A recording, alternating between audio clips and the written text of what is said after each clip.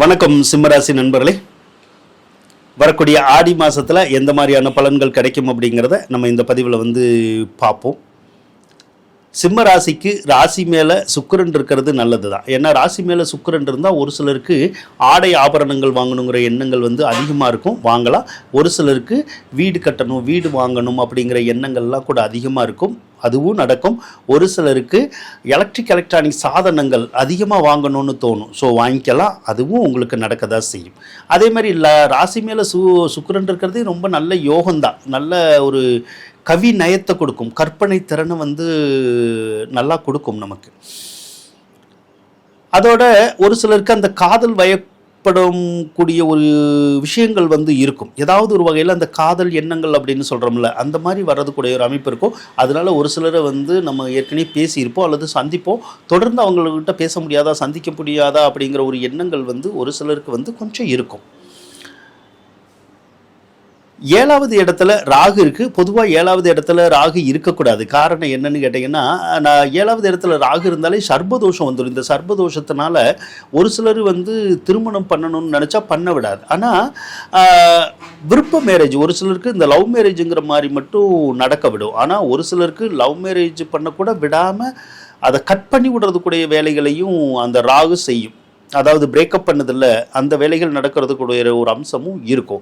ஒரு சிலருக்கெல்லாம் அந்த கணவன் மனைவி கூட சேர்ந்து இருக்க விடாது. ஏதாவது ஒரு வகையில் சேர்ந்து இருந்தால் கருத்து வேறுபாடு, சண்டை சச்சரவு, அந்த பிரிவினை அப்படிங்கிறத கொஞ்சம் உண்டு பண்ணும். ஒருவேளை கணவன் மனைவி கிட்ட உண்டு பண்ணலன்னா வேற யார்கிட்டையாவது நம்ம நெருக்கமாக பழகுனா அவங்கக்கிட்ட அந்த பிரிவினை அப்படிங்கிறத அந்த ராகு பகவான் கொஞ்சம் கொடுக்க தான் செய்வார்.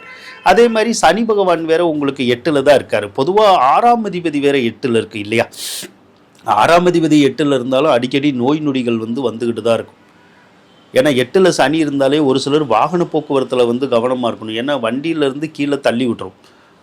அப்படி இல்லைன்னா இயற்கையிலேயே நமக்கு முழங்கால் வலி, முதுகு வலி, இந்த கழுத்து வலி இதெல்லாம் சொல்கிறோம்ல, அந்த மாதிரி வர்றதுக்கூடிய ஒரு அமைப்புகள் இருக்கும். ஒன்று உங்களுக்கு வரும், இல்லைன்னா உங்களுடைய கணவன் மனைவிக்கு வரும்.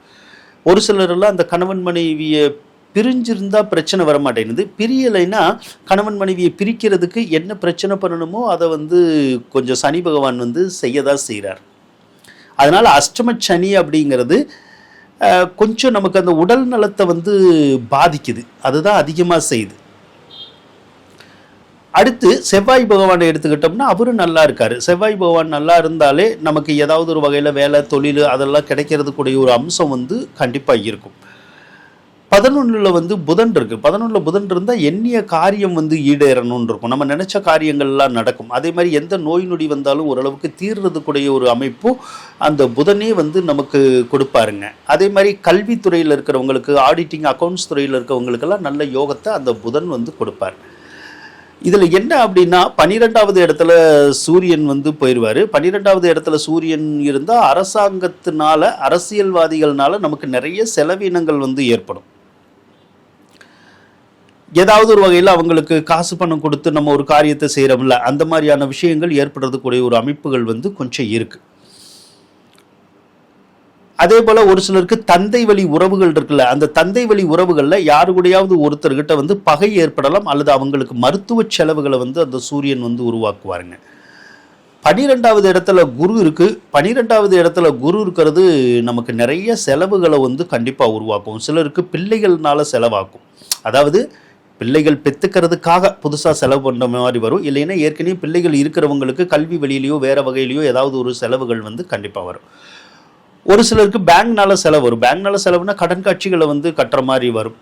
ஒரு சிலருக்கு கோவில்னால செலவுன்னு வரும். அடிக்கடி கோயில் குளங்கள் போயிட்டு வர்றதுக்குடைய வாய்ப்புகள் கிடைக்கும். ஒரு சிலருக்கு மட்டும் இந்த கோர்ட்டுனால செலவுன்னு வரும். அப்போ ஏதோ ஒரு வகையில் அந்த கோர்ட்டு சம்மந்தப்பட்ட விஷயங்கள் சரியாக வராது. அதில் மட்டும் கொஞ்சம் விரயங்கள் ஏற்படுறதுக்குடைய ஒரு வாய்ப்புகள் இருக்கும். ஒரு சிலருக்கு மருத்துவ செலவுகள் உருவாகுங்க. ஏன்னா ஏற்கனவே அஷ்டமச்சனியும் மருத்துவ செலவுகளை உருவாக்குது. இந்த 12வது இடத்துல இருக்க குரு பகவான் கூட அந்த மருத்துவ செலவுகளை கொஞ்சம் கொடுக்கதான் செய்யுது. ஆக கிரகநிலைகள் இந்த மாதிரி தான் இருக்குது. சில விஷயங்கள் உங்களுக்கு நல்லா இருக்கதா செய்யும். குறிப்பாக உடல் நலத்தில் மட்டும் கொஞ்சம் அக்கறை எடுத்துக்கிறது நல்லதுங்க. ஏதாவது ஒரு உடல்நிலை கோளாறுகள் வந்தால் உடனே போய் மருத்துவ சிகிச்சை எடுத்துக்கிட்டிங்கன்னா பிரச்சனைகள் கண்டிப்பாக உங்களுக்கு தீருங்க. வாழ்த்துக்கள் நண்பர்களே.